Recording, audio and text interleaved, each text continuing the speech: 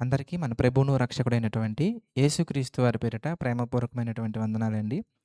యోహాను సువార్త 3వ అధ్యాయము 3వ వచనం చూద్దాం. యోహాను సువార్త 3వ అధ్యాయము 3వ వచనం గనక ఈ సందర్భంలో మనం ఒకసారి గమనించినట్లయితే, అందుకు యేసు అతనితో మాట్లాడుతున్నారు. అతడు అనగా ఇక్కడ నికోదేముతో మాట్లాడుతున్నారండి. నికోదేము ఎవరు అనగానే అతనొక పరిసయ్యుడు. ఆ పరిసయ్యునితోటి యేసుక్రీస్తు వారు మాట్లాడే మాటేంటంటే, ఒకడు కొత్తగా జన్మించితేనే గాని అతడు దేవుని రాజ్యమును చూడలేడని నీతో నిశ్చయముగా చెప్పుచున్నాను అని నికోదేముతోటి యేసుక్రీస్తు వారు మాట్లాడుతున్నారు. నికోదేము అనగానే ఒక యూదుడు. ఒక భక్తిపరుడే. భక్తిపరుడు కాబట్టే మరి యేసుక్రీస్తు వారి దగ్గరకొచ్చి ఆయన కొన్ని విషయాలు తెలుసుకోవాలని ఆశ కలిగొచ్చారు. మరి ఇలాంటి ఆశ నేటి కాలంలో అందరికుంటదండి. బైబిల్‌లో ఏముంది? ముఖ్యంగా జ్ఞానాన్ని వెతుకుతూ వెళ్ళేవారికి. నేను గూడా కొంతమందిని చూస్తూ ఉంటాను. అన్నయ్య ఈరోజు ఏ కొత్త టాపిక్ చెప్తారో, ఏ కొత్త టాపిక్ నేర్పిస్తారో, ఏ కొత్త టాపిక్‌ను బోధిస్తారో అని కొత్త విషయాల పట్ల శ్రద్ధ కలిగి, ఆసక్తి కలిగి చాలామందుంటారు. ఇంకొంతమంది సంఘంలో పాటలు పాడడానికి ఆసక్తితో వస్తా ఉంటారు. ఇంకొంతమంది ప్రార్థన చేయటానికి ఆసక్తితో వస్తా ఉంటారు.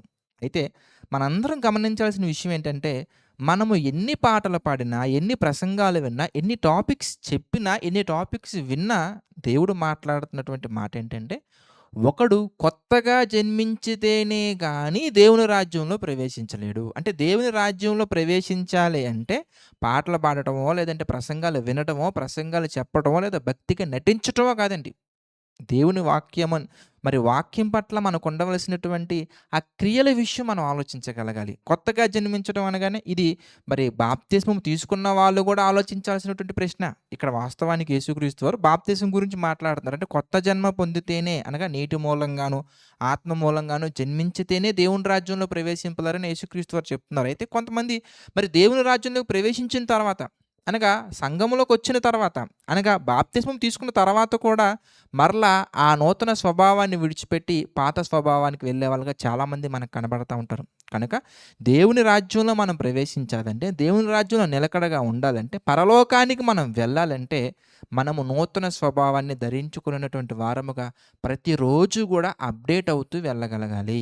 అందుకే ఎఫెసీయులకు రాసినటువంటి పత్రికలో ఒక మాట మనం గమనించినట్లయితే, ఎఫెసీ పత్రిక 4 అధ్యాయం మనం ఈ సందర్భంలో ఒకసారి చూద్దామండి. ఎఫెసీయులకు రాసిన పత్రిక 4 అధ్యాయము 24 నుంచి ఈ సందర్భంలో ఒకసారి మనం జ్ఞాపకం చేసుకున్నట్లయితే 22 నుంచి ఎఫెసీ పత్రిక 4 అధ్యాయము 22వ వచనంలో మరి బాప్తిస్మము తీసుకున్నటువంటి భక్తులకు దేవుడు రాస్తున్నటువంటి మాట ఏంటయ్యా అంటే, కావున మునుపటి ప్రవర్తన విషయములోనైతే మోసకరమైన దురాశల వలన చెడిపోవు మీ ప్రాచీన స్వభావమును వదులుకొని మీ చిత్తవృత్తియందు నూతనపరచబడిన వారై నీతియు యథార్థమైన భక్తియు గలవారే దేవుని పోలికగా సృష్టింపబడిన నూతన స్వభావమును ధరించుకొనవలెను.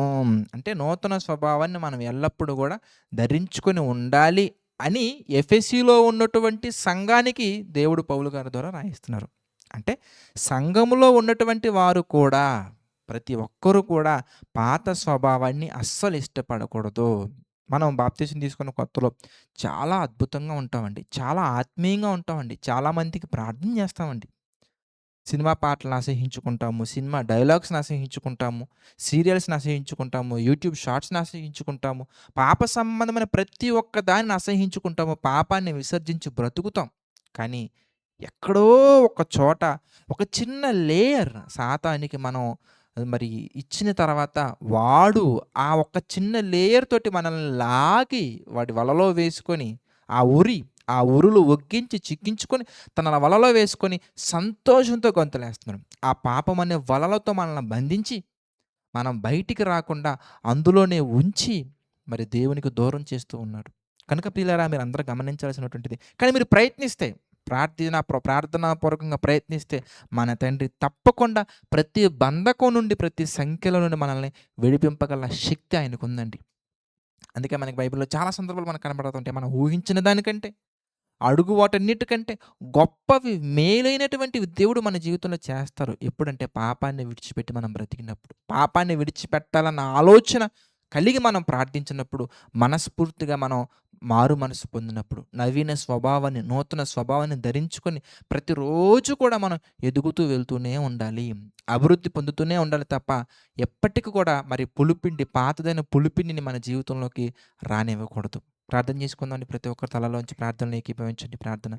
ప్రేమగల తండ్రి, దయగల దేవ, ఎన్నో లోతైన విషయాలను తండ్రి మాకు అనుగ్రహిస్తున్నందుకు మీకు కృతజ్ఞతలు తండ్రి. తండ్రి తెలుసుకున్న ప్రతి విషయాన్ని క్రియలలో పెట్టి మిమ్మల్ని సంతోషపరచుటకు మాకు సహాయం చేయండి. తండ్రి ఈ డివోషన్స్‌ను అనేక మందికి షేర్ చేస్తున్నటువంటి మీ బిడ్డలను కూడా జ్ఞాపకం చేసుకోండి తండ్రి. మీ యొక్క ఆలోచన చొప్పున నడిపించండి, బలపరచండి, వారి కుటుంబాలను దీవించండి. తండ్రి ఎవరెవరైతే తండ్రి మీ కొరకు ప్రయాసపడుతున్నారో, పని చేస్తున్నారో, సేవకు వచ్చారో ప్రతి ఒక్కరిని దీవించండి, ఆశీర్వదించండి తండ్రి. తండ్రి సమస్తమును మీ నామ మహిమార్థమే జరిగించండి. ప్రభువా మరి ఈ పరిచర్య కొరకు మా తండ్రి ఎవరైతే ప్రార్థిస్తున్నారో వారిని కూడా దీవించండి, ఆశీర్వదించండి తండ్రి. తండ్రి ఎవరైతే ఆర్థిక, ఆరోగ్య, మానసిక సమస్యలలో కృంగి ఉన్నారో వారిని, వారి కుటుంబాలని మీ కృప చేత బలపరచండి. తండ్రి మీ కృపలో బలపరచండి తండ్రి. చక్కటి శక్తిని అనుగ్రహించండి. తండ్రి మీ చిత్తమైతే మేమందరం మరలా కలుసుకునే అవకాశాన్ని అనుగ్రహించండి. సమస్త మహిమ, ఘనత, ప్రభావాలు తండ్రి మీకే చెల్లించుకుంటూ మా ప్రభువును, రక్షకుడైనటువంటి యేసుక్రీస్తు వారి పేరిట ఈ ప్రార్థన అడిగి వేడుకొనుచున్నాము తండ్రి. ఆమేన్. అందరికీ వందనాలండి. God bless you all.